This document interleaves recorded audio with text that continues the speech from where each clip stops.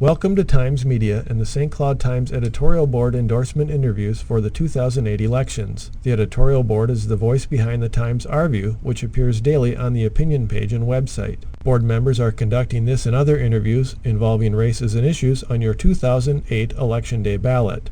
Board members are Times Media Publisher and President Bill Albrecht, Executive Editor John Bodette, Opinion Page Editor Randy Krebs, Community Representative Dory Larison, and Times Building Manager Mark Hessler. The board has neither say nor involvement in directing Times news coverage. Similarly, Times reporters are not involved in this endorsement process. Follow-ups? John, did you want to ask? I can't remember what I asked last time. Well, what we asked last time as a follow-up, well, last time being the District 15 folks, was having just answered how you did, what would you specifically do at the legislature? Whether, I think is it a bill, is there a movement, is there a plan that you know of? What specifically would you take on and do in this session? We asked this because 2 years ago, some of you know, we asked the same question, everybody said the same answer, and nothing got done. So we want to know specifically what's out there. Yeah, I think we have concerns that the schools are like the bridges were before. The bridges fell down on some of your watches. The schools are on the verge of doing the same thing, so what specifically are you going to do to correct it? And just to give you an idea, what we're sort of looking for is, and it's one of my favorite things to say is, and we as an edit board have never really said we need to throw money at it or said that there's too much there already. It's how it's being worked is what we really want to look at. So when we say specifically, what can you do to make an impact? We know that everybody over there, and you all have said, you got to look at it and we have to reform something. But is it rallying people down there? Is it a bill that you can carry? What are actionable items that you think you can do to get this up on the agenda to make something happen in the next 2 years? That's what we're sort of looking for. Exactly. Same order of answers, 1 minute. Wait, who's, I start? starts over with Jim. Start, yeah. Okay. Larry. Specifically, we have to, we have to take a look. I'm at a slight disadvantage here as I don't know what has been brought forth in the past. We're looking at a system that is in need of complete overhaul. So to say specifically this is what we need to do, we have to find the strengths, the weaknesses. We have to get the teachers involved. We have to get the principals involved. We have to get the administrators, the students, and the parents. The local referendums bring the quality of education to the neighborhood. And I understand property tax relief, but whether it comes through property taxes or whether it comes from state funding, the pool of money is the same. And the local community needs to have stronger input into the school systems. To be specific, I'm very vocal and I'm very passionate about having a quality education for my kids. I enjoy the teachers that they have. Okay. Larry. I understand the frustration that the reforms haven't happened enough because I'm equally as frustrated. However, I do think that the groundwork was laid and continues to move forward with some significant reforms. One is that we have a special education mandate task force that's reviewing the mandates and making recommendations to the legislature to how to modify, eliminate, or maybe even increase some mandates.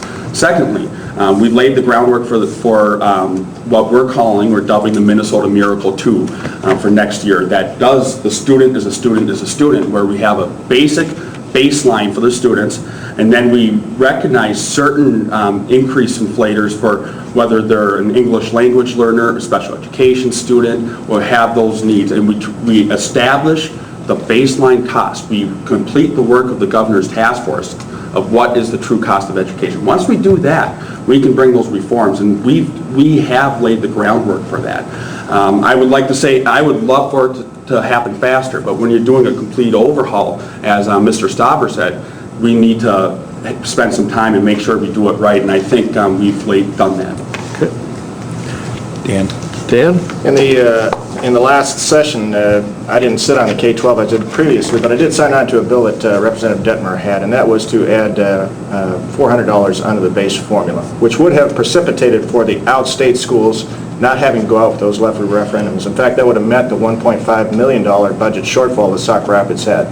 The bill didn't get a hearing, unfortunately. And what did pass was the 2 and 1%, which was very metro-centric, pushed a lot of those monies down to the metro area, and that was a political ploy. There was also some of the monies that were pushed into the special education side of the House, and that was going into a grant system where the individual schools would have to go in for grants for those particular areas, and that came to a shortfall as well. Good intentions, not enough. The other thing I put in for a bill that would preclude students with special needs from being able to stay in the school system up to age 21. Currently, they can stay up to age 21, maybe 22 if their birthday is just short of that process. In some cases, that's up to $40,000 a year or more. And so schools are having to eat that money, and those students who would normally be out are still in our educational institutions with not a lot of payback. Okay. Rob? Well, I believe that we got to move forward with a new formula. We can't say, you know, I tried this, it didn't get a hearing in the past. I think we got to come up with some solutions. Addressing some of the mandates is one of those ways we can find a solution. Coming up with a new formula that makes a kid in Sauk Rapids worth as much to the school, Sauk Rapids School District, as a kid in Egan is something we need to do. And I don't claim to know what that formula is.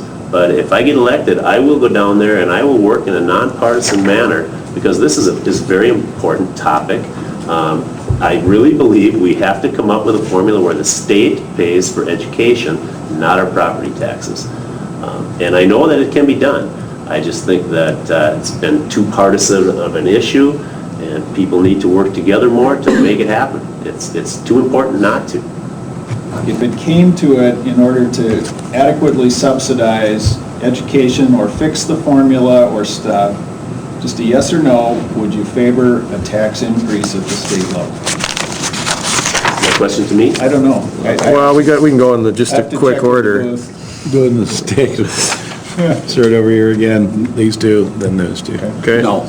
No. Jim, Larry? Depending on the tax, yes. But depending on the tax. Dan? we need- No. I would be open-minded to it, yes. Okay.